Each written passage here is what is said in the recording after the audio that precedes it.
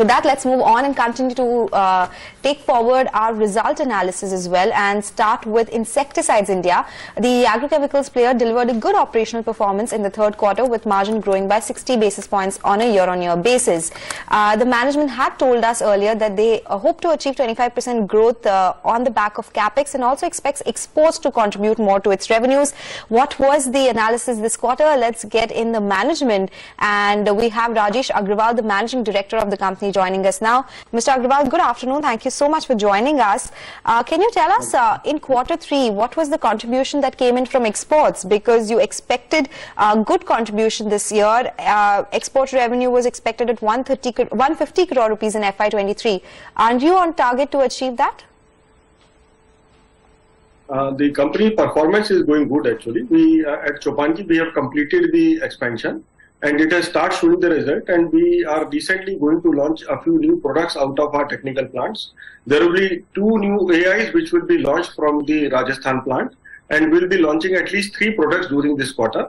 But this is not a major quarter for sales, so the numbers will be visible, and you will find the growth in Q4 also for the company, and it will be a single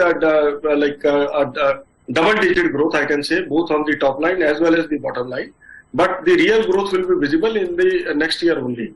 So in the Gujarat also we'll be completing this project by the end of this year, which means by March we should be able to complete our expansion in Gujarat also. And from Q1 itself, the full result will be visible.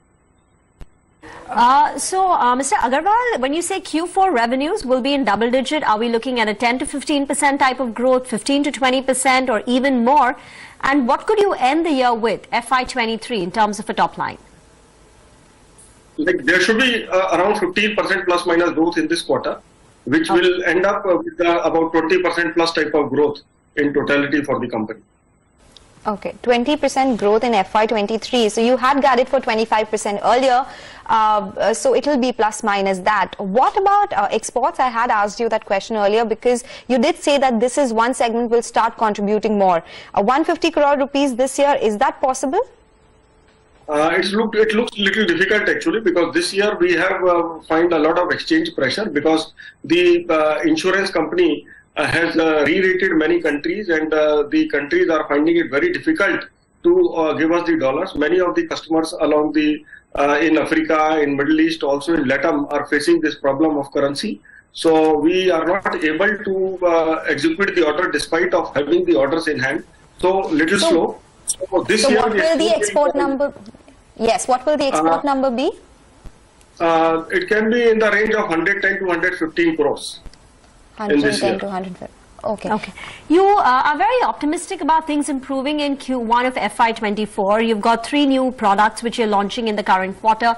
What could the numbers then look like on the domestic side and even on the export side? And what would be the big triggers for you? The key things to watch?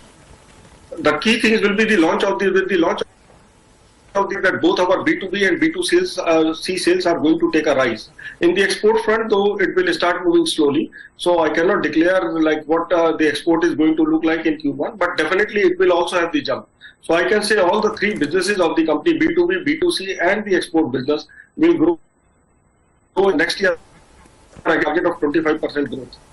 Okay, 25% there. I just wanted to do a follow-up on your Gujarat plant. Is it the Dahej plant that you're talking about? And it was expected to be commissioned in quarter 3. So you're saying that has been delayed and it will happen by the end of this year? Yes. Okay, so Dahej what led to the start by March actually. And Rajasthan, yeah, yes, okay, please. so it was the Dahej plant was supposed to be commissioned in quarter 3. Now it will get commissioned in quarter 4. Yes. Okay. So what will FY24 growth look like in that case? Because you must have penciled in some revenues or some margins coming in from this particular project as well, right?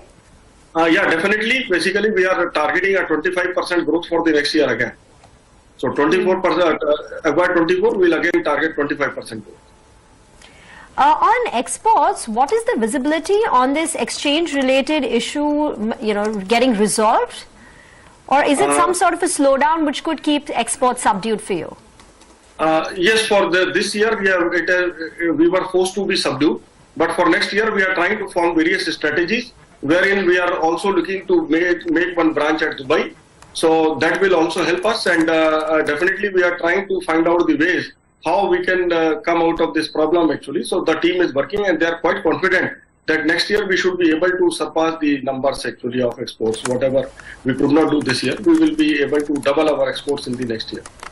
All right, Mr. Aggarwal, thank you so much for joining us and giving us all those details. So that's the word coming in from Insecticides India.